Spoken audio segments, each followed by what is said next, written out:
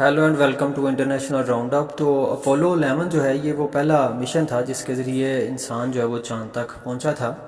और यूं 20 जुलाई 1969 को जो है वो जो स्टैंडर्ड टाइम है उसके मुताबिक जो है वो 8:17 के ऊपर जो है वो आर्मस्ट्रांग वो पहला इंसान बना जिसने चांद के ऊपर कदम रखा। बहरहाल ये कंट्रोवर्सी जो है वो अभी तक चल रही है जी कि आया कि इंसान चांद तक पहुंच सका है नहीं, कि नासा जो है उसने ऐसे ही जो है वो एक बेकल की छोड़ दी है जी कि वो चांद पर पहुंच गया है। लेकिन आज जो खबर मैं आपसे शेयर करने जा रहा हूँ वो इससे भी ज़्यादा हैरानकुन है। तो वो हैरानकुन खबर ये है जी कि जो नासा है अब उसने फास्ट ट्रैक प्लान जो है वो तैयार किया है कि न्यूक्लियर रिएक्टर जो है वो अब चांद की सतह के ऊपर बनाया जाएगा 2030 तक, यानी कि आज से 5 साल बाद तक। और इस दौड़ में जो है वो रशिया और चाइना जो है वो भी शामिल हैं। जैसे 1970s का ज़माना है तो तब जो रशिया, जिसको तब USSR कहते थे, इसमें और अमेरिका में जो है वो एक दौड़ लगी हुई थी कि कौन पहले जो है वो चांद पर अपना मिशन भेजेगा। बहरहाल उसमें अमेरिका जो है वो कामयाब हुआ।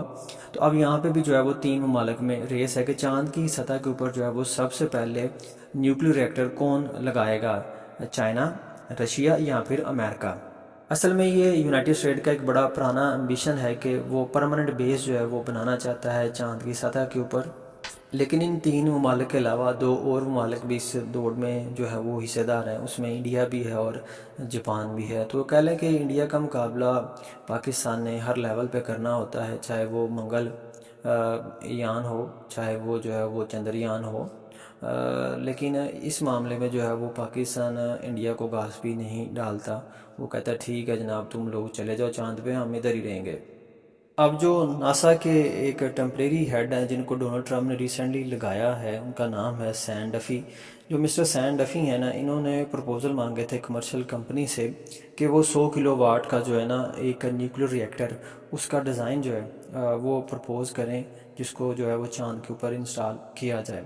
और सेम इसी तरह से 2022 में जो है ना नासा ने $5 मिलियन जो हैं वो कॉन्ट्रैक्ट कंपनीज़ को दिए थे रिएक्टर के डिज़ाइन के लिए।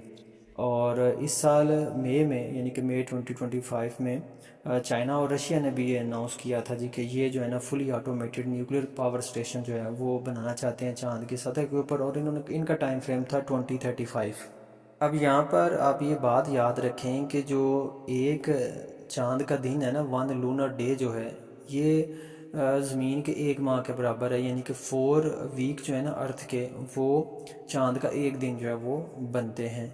और इसमें भी ये होता है कि 2 हफ्ते जो है उसके ऊपर सनशाइन होता है, यानी कि 2 हफ्ते जो है उसके ऊपर, ज़मीन के 2 हफ्ते जो हैं वो चांद की सतह के ऊपर धूप रहती है, और 2 हफ्ते जो है वो डार्कनेस रहती है। इस वजह से अगर आप देखें तो पहली से लेके आपको 14वीं तक जो चांद है वो आपको पूरा जो है वो होता नज़र आता है। और उसके बाद जो है वो फिर लेट नाइट जो है वो आपको आसमान पे नज़र आता है।